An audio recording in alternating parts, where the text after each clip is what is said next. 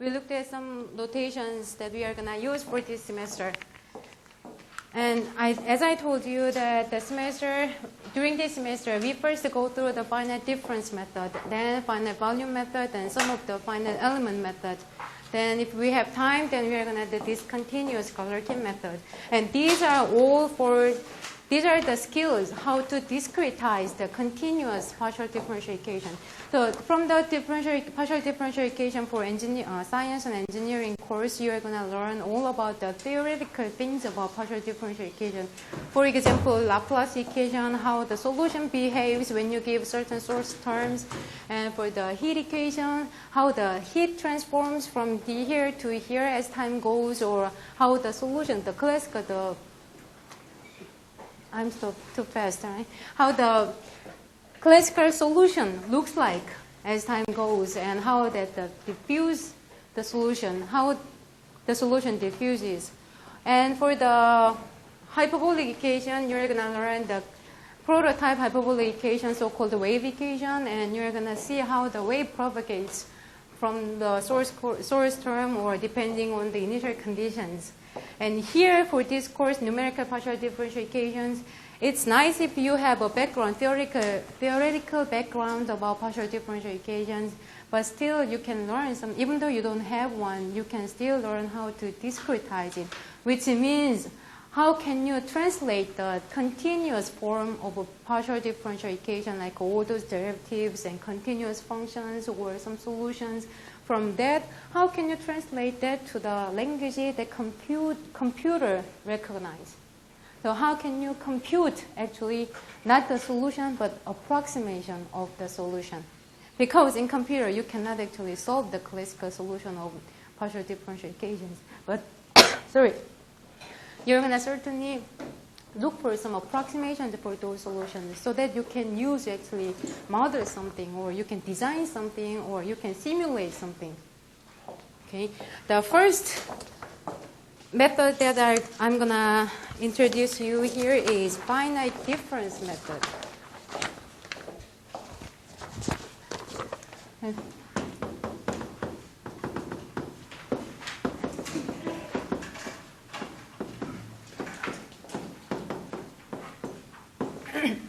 Among those discretization methods, finite difference method has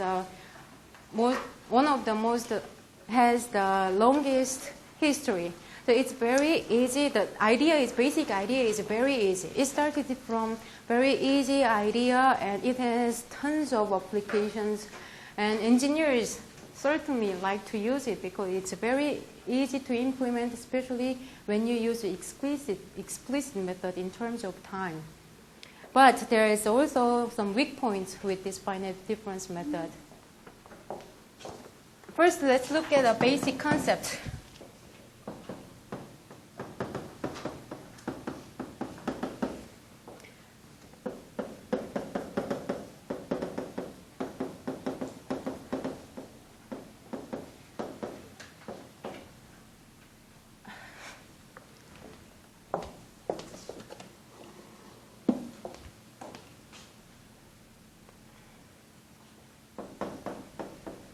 So I'm going to call it FDM. As I said, for example, if you want to describe some turbulences, it follows the equation.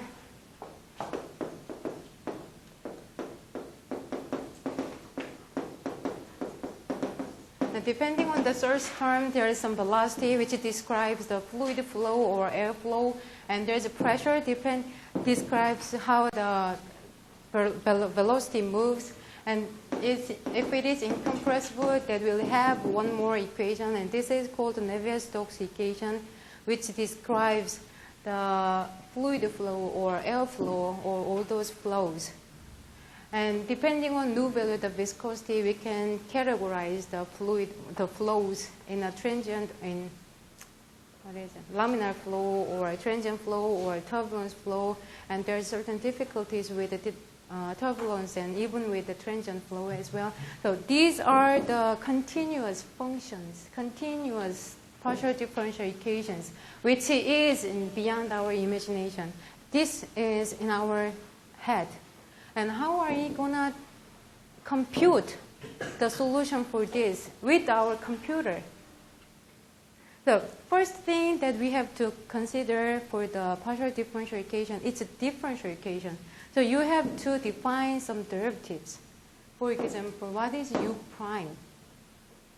Right? Because these are, instead of Laplacian, probably it's better write it as Laplacian like that. These are all derivatives. For example, in 3D, it's du dx squared plus du dy squared du dz squared, and gradient is dx u dyu dzu, the vector, and things like that. So first thing that you have to consider is how are we going to approximate these derivatives? How are we going to interpret these derivatives? You can certainly do it in a continuous space if it's 1 plus 2x squared. What is f prime x? Oh, 2x. 4x. We can do this, right?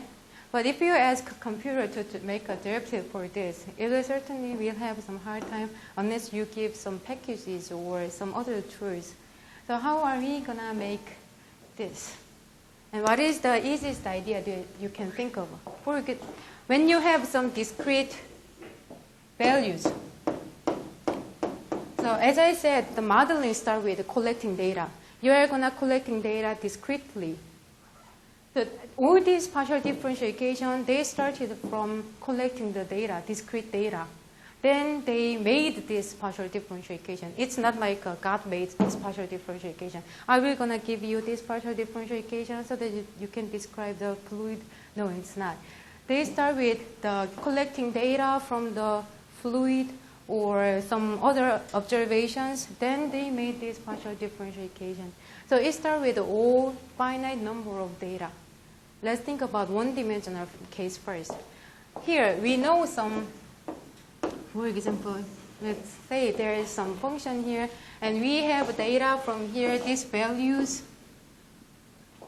the values here, and here, here, and here, like this. So we have this finite number of values.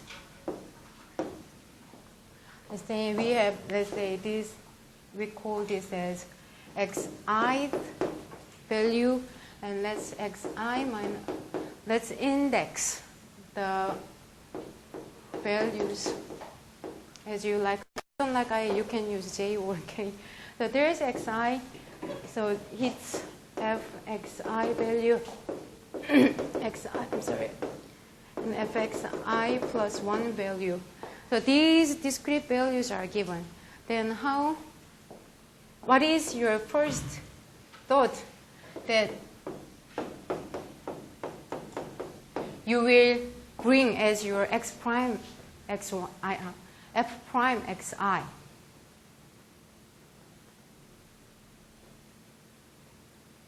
What can you guess for this? If you only know the discrete values, what would be your approximation for this? What would be your choice for this? Thinking. Yes, the slope. This slope from here to here, for example, I will say, okay, xi minus 1, fxi minus fxi minus 1. I will say this, I will take this as my approximation for f prime x. Or maybe you can say, okay, what about this?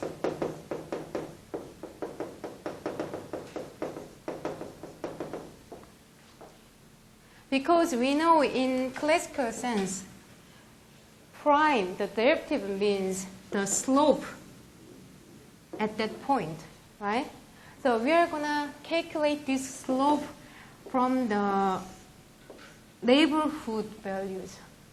Like this, from here to here, I'm going to use this slope as my f prime xi, or I'm going to use this slope as my f prime xi.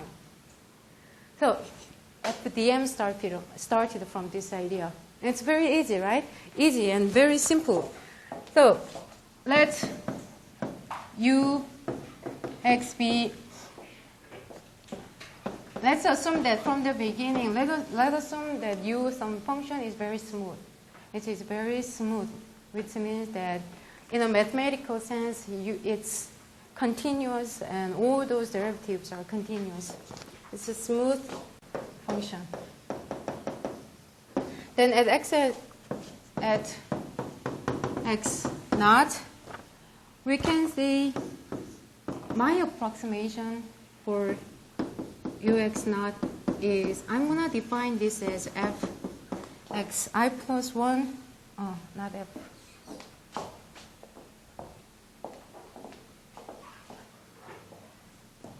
U from x naught, I'm going to go forward. So if it's x naught, let's say you moved to the right-hand side h mod. U x naught over h. Or you can say that, okay, my approximation for prime is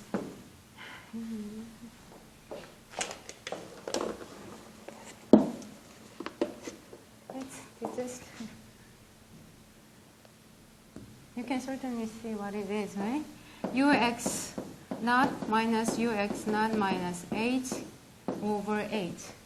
So move backward. So this is called the forward difference. And this is called the backward difference.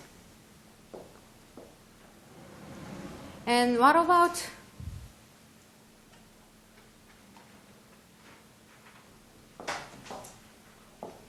here?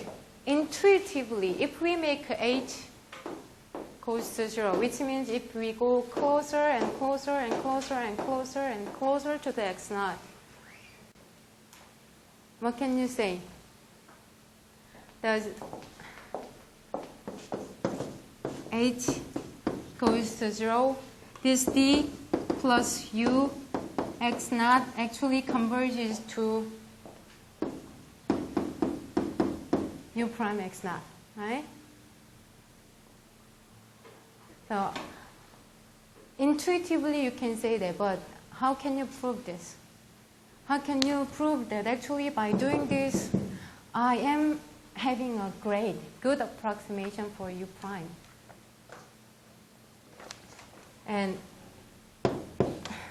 I'm going to show you later, but for this, let's do this here.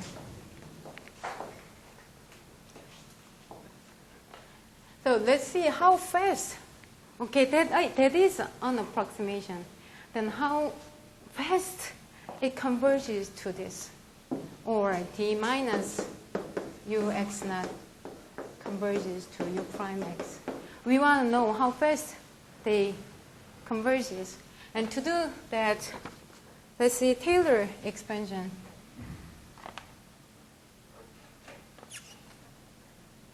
And before doing that, I will introduce you one more thing here. And the other one is, this is forward difference and this is backward difference. And another one is called the centered difference. And it will be, if you think it's from backward or forward, then you can certainly use both ends as your approximation. So it will be, let's say, d0 ux naught is now ux naught plus h minus ux naught minus h 2h. And this is certainly 1 over 2 d plus ux naught plus d minus ux naught. Okay, let's see your intuition. Among all these forward, backward, or centered difference, which one is your best? Which one will be your best choice? Yes, centered. And you will see why immediately, but just guess. It is using only forward information, and this is using only backward information. But if you combine them, you can imagine that probably it will be better approximation for your different derivative. right? And let's see if it is really true.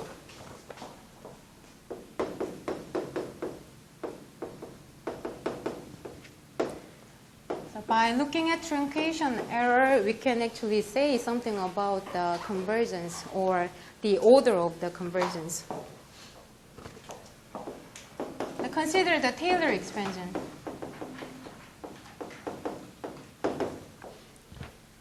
For example, u x plus h. What is the Taylor expansion of this? 희송, 원희송. What is Taylor expansion of this? In terms of x. It will be ux, not x, not, plus h, yes, u prime x plus, yes, h square over 2 u double prime x, great, plus, and so on. And what about, and from this, we have u prime x is what? H times u prime x is ux plus h minus ux minus h square over 2 u double prime x plus some other terms which is big O h cubed. Do you know what means of h? Big O h or big O something? No? Okay. If we say g x is big O, for example, h cubed, it means that gx is bounded by some constant times x cubed. So here, the rest of terms, it's h, the third over 6 u triple prime x plus, and it go over and over and infinity. But what is the highest order here? What is the biggest term in here? If h is really, really small, h fourth, h fifth, which one is the largest term? If h is really small? Yes, certainly this is the dominating term. So we say this is big O h cubed. This h cubed is the highest order. It's the dominating term here. Okay, and let's divide by h on both sides. What do we have? u x plus h minus ux over h minus h over 2 u double prime x plus big O. Now h divide by h square. So you will see here, this is what? D plus u x. From our definition, the forward difference. So we say d plus u x and u prime x is big O what? H or h squared? H, because this is the dominating term. So it converges order h. And backward difference is the same. So it's for forward difference. And for backward difference, if you look at ux minus h, it's ux minus h u prime x plus h square over 2 u double prime x plus big O h cubed. So if you do the same process, you end up with the d minus ux minus u prime x is big O h. So we say that this is first order, this forward difference has first order accuracy, and backward difference has first order accuracy. We say it has first order accuracy and it has first order accuracy as well.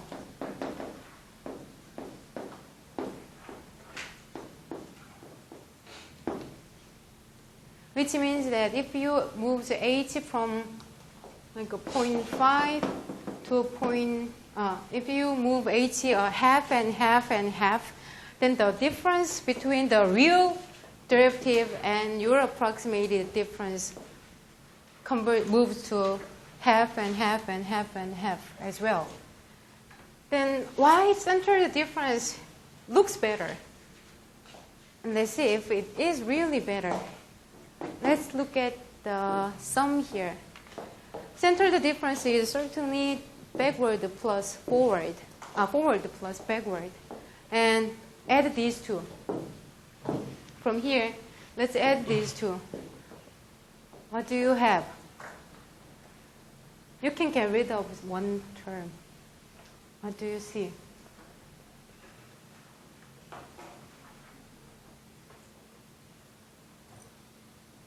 Okay, from here, u prime x using backward difference will give you ux minus h over h and plus h over 2 u double prime x plus some big O h cubed. And if you add this and this, you can see one thing. There are some terms that cancel each other.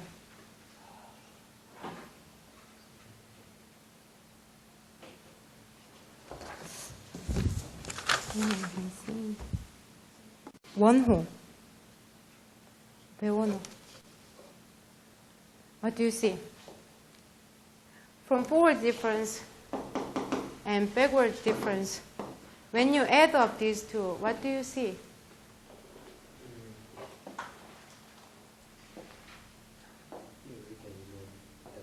Yes. You actually can get rid of the first order term. Do you see here? If you add b plus ux plus d minus ux and divide by 2, which is your centered difference, this plus h over 2 minus h over 2 go away. Cubed. So you see now d0, the centered difference minus the real derivative is big O h squared. That is why centered difference will give you a certainly better approximation for derivative in finite difference method. So intuitively, you can see by drawing pictures, you can see that, okay, to know about this, the derivative at this point, gathering the information only from here or only from here, or if you compare with the information gathering both sides, you have that maybe gathering information from both sides gives you better approximation than only one side or only one side. And mathematically, actually, you can show that centered difference is now second order. It gives you second order accuracy.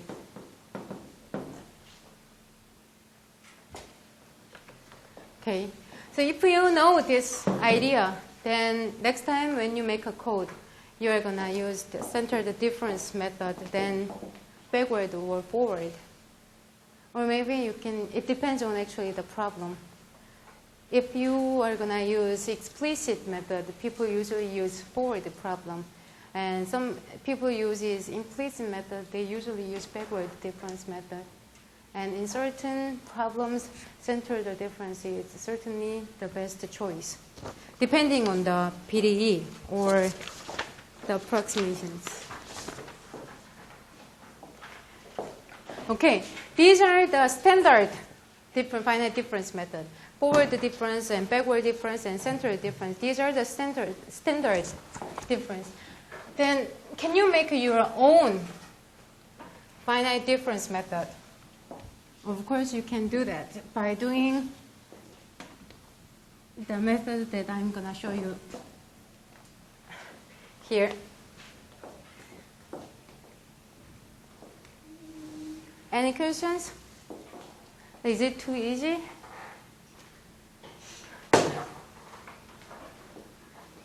Is there anyone who is really doing coding, programming?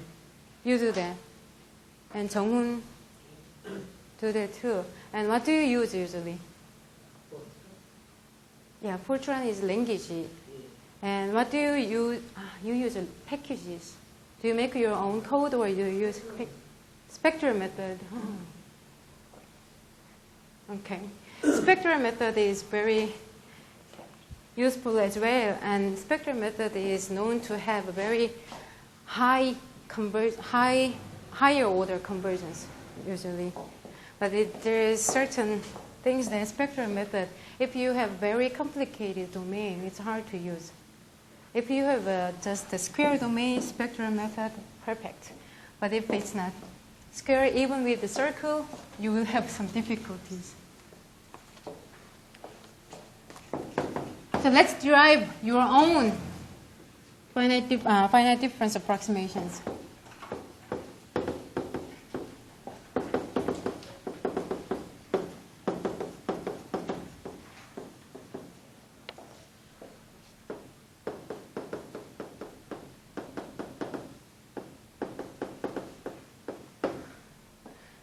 Is it only me that aren't you guys warm here? No? I'm the only one sweating here. Okay, suppose we want to derive a partial difference approximation to u prime.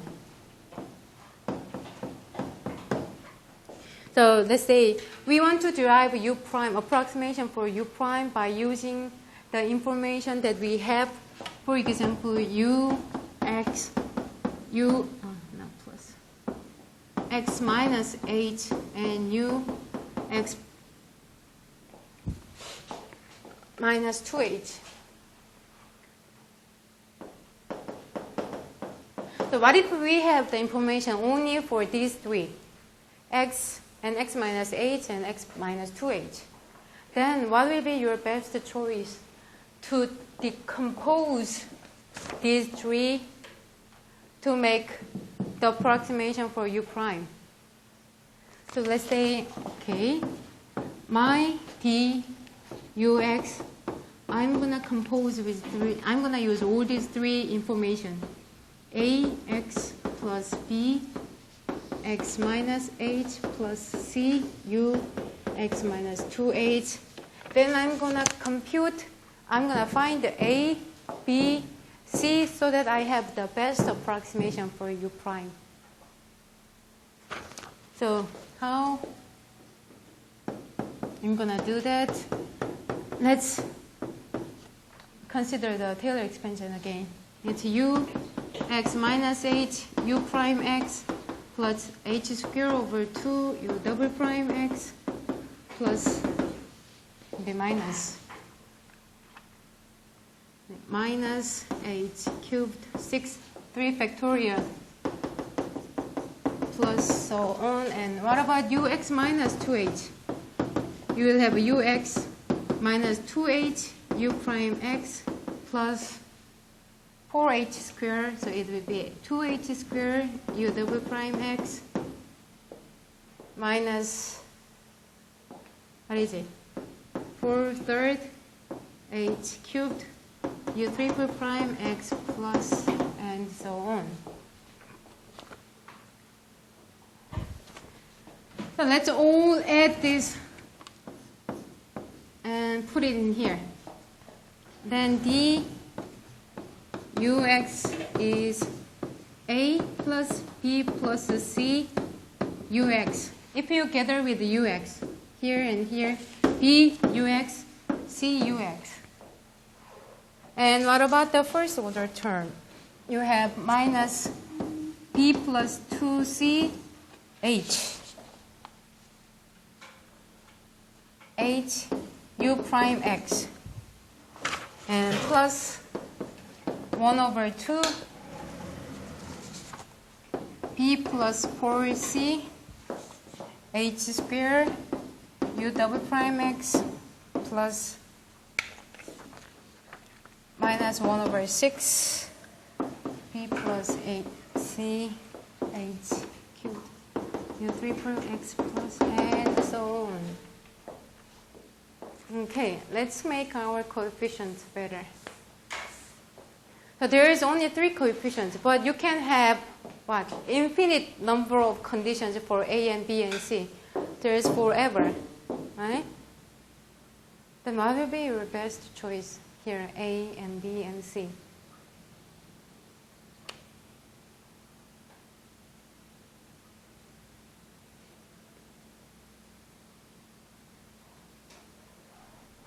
Yungu, what is your best choice? So you, yes, A plus B plus C equals 0, and 4C is 0. And it would be nice if it's 0 as well. But, so you have to have 3 sets of equations because you have A and B and C. You have 3 unknowns, and you need 3 equations to solve it. You don't want to do overdetermined thing. And you want to match this with prime, right? So you want to have B plus 2C to be negative 1 over 8. And, okay, this can be certainly one choice for you. And what about this?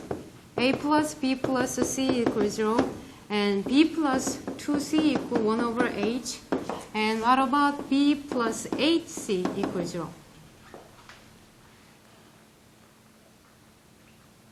Or you can do a lot of different, you can make a lot of different choices. But what will be the best choice for you? Yes, why?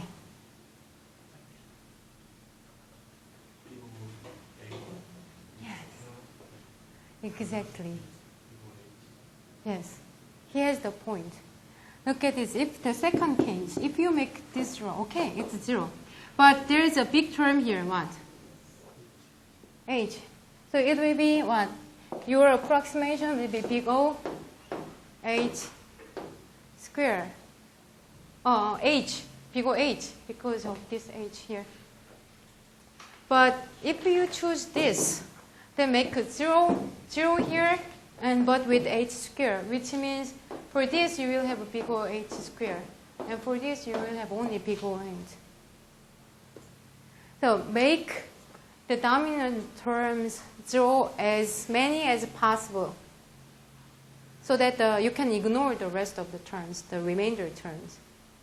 So number 1 is the best choice for you. Oh, the star looks strange. Number 1 is the best choice for you, which gives you A equals to 3 over 2H, and B minus 2 over H, and C 1 over 2H. Therefore, with these 3 information, you have your best approximation, which is now 1 over 2H, 3UX minus 4X minus H, plus UX minus 2H, and this has nice second order accuracy.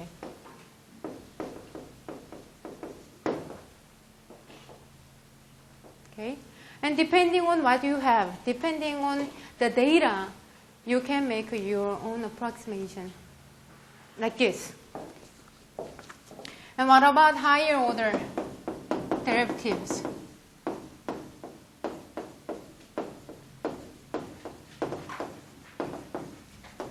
For example, here we looked at all about the first order different derivatives. What about second order derivatives, the third order derivatives, the fourth order derivatives? The standard way of doing this, the standard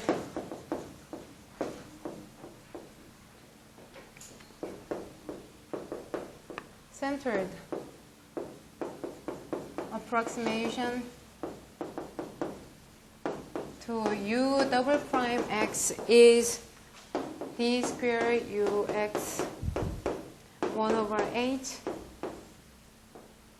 U X minus H and minus 2UX plus u x plus h.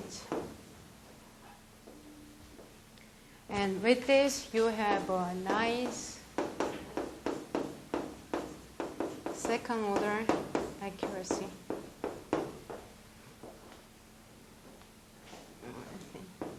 Second order accuracy.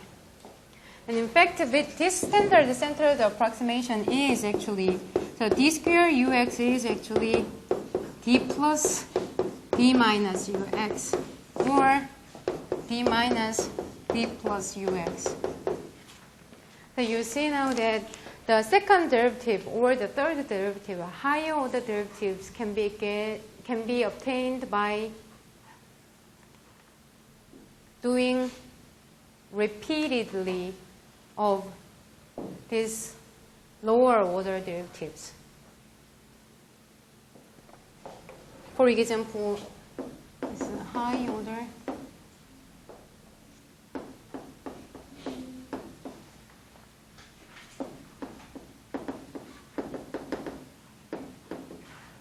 By doing repeatedly differencing.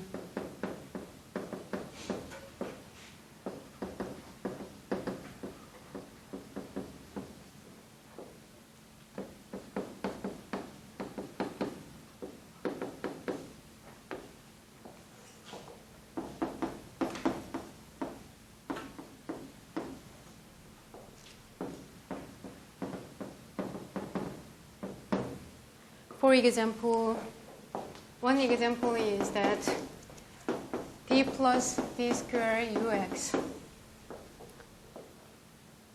And it's, if you do, then you will say x plus 2h minus 3ux plus h plus 3ux minus ux minus h. And this, the triple derivative is actually big O h. So it's very slow actually for this method. For the second example, for the third order differencing, you can, if you do this, instead of doing d squared d plus d minus d plus d0, so backward, forward, and centered, if you combine all these three for u, it's 2h cubed h minus 2u x plus h plus 2u x minus h minus u. And this differencing will give you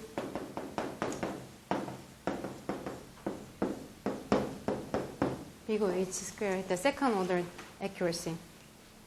And there's many other ways of doing these higher order derivatives. So if you are familiar with the making code, you can see from the finite difference, especially for this higher order, there is a certain properties in the coefficients of each information. Do you see the coefficient? Do you see 1, negative 2, 1, and 1, negative 3, 3, negative 1, 1, negative 2, 2, negative 1. Do you see some consistencies here?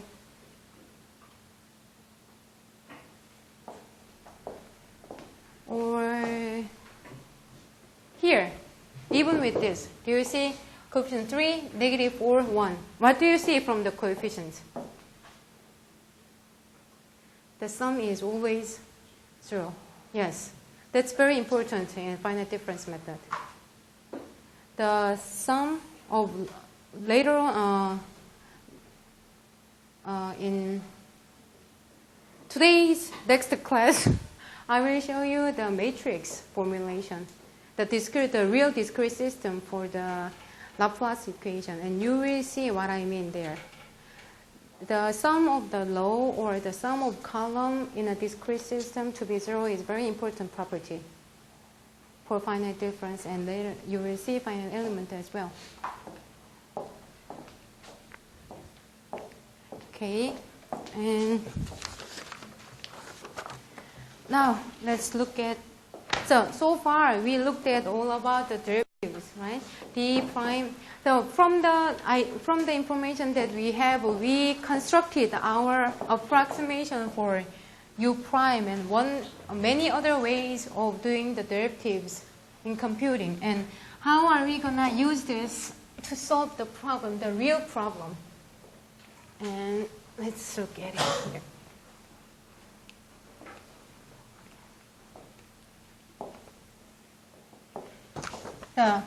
Chapter 2, steady states.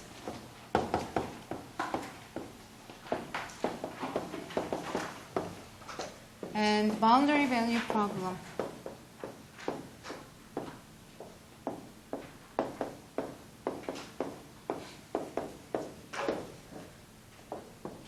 Let's look at first the heat equation. So heat equation is one simple example of the diffusion equation.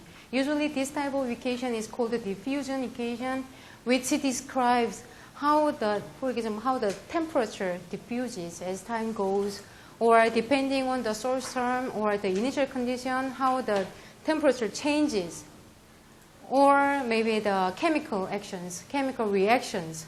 All those described by this diffusion equation, and simply du dt equals to divergence of some kappa gradient of u equals to, not equals to, plus, sorry, I will write it.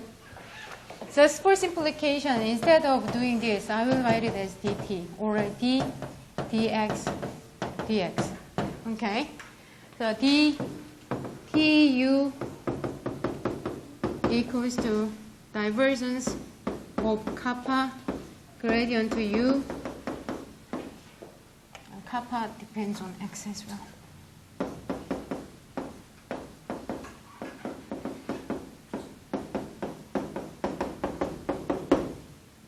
Here U is temperature, chemical reaction, and F is the sourcing term. And kappa is, in heat equation, kappa represents 이장. Yeah, in heat equation, the coefficient kappa. You are solving it. Ting ting. Kappa can represent many things, the conductivity, thermal capacity, and this is coefficient depending on the material. The material specified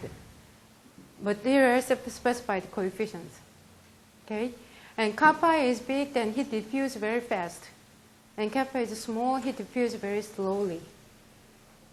So kappa is the material specific quantity depending on the thermal conductivity, density, and capacity, and so on. And Fe would be heat source. Okay. What if so F is usually called the heat source, but when F is negative, there is another term for F. It's called sink. Because it's negative, it means it's sinking to the one point. So as a remark, what if the material is homogeneous?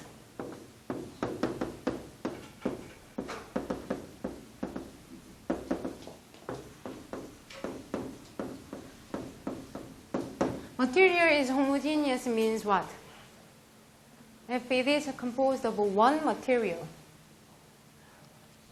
then kappa is constant.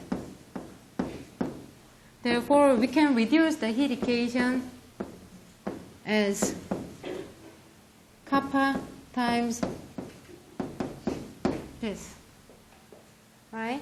If the domain is heterogeneous material, for example, this part, one part is, if it is your domain, if one part is wood and one part is iron, then certainly kappa will be, if it is iron and if it's wood, kappa is certainly big in iron or wood? Iron, yes. In iron, heat diffuses very fast, right? In wood, it's almost like insulator. Heat does not diffuse that fast. Heat is moving very slowly in wood, even if probably the conductivity will be almost zero. So if the material is composed of these more than two materials, then domain is composed of more than two materials, we call it a heterogeneous material. But if the material domain is composed of one material, we call it homogeneous. In the case, the heat coefficient is constant. So we can reduce this heat equation into the form like this, the elliptic equation, right-hand side. Okay, we will have 10-minute break, then let's resume the class.